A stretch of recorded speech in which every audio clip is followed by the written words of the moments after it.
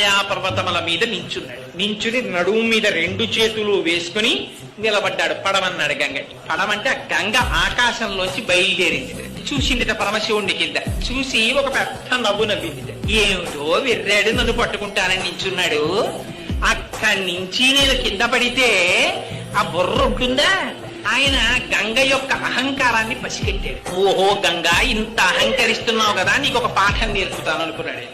ఆయన జటాజూటాన్ని విస్తరించాడు. ఆ పైనుంచి గంగ ఒక్కసారి ఆ జటాజూటంలోకి పడగానే గంగ అనుకుంది నేను శివుణ్ణి ఈడ్చుకుపోతాననుకుంది. పరమశివుడు ఏం చేశాడు? జటాజూటాన్ని విస్తరించాడు. 1 సంవత్సర కాలం అయిపోయిందిట.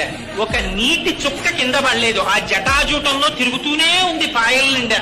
చుక్క చెమట కారినంత కిందకి కూడా జారలేదు వెంట్రుకల్లోంచి. ఆయన చెయ్యలేంది లేదు. పరమశివుడు తలుచుకుంటే చెయ్యలేందే ఉంటుందండి.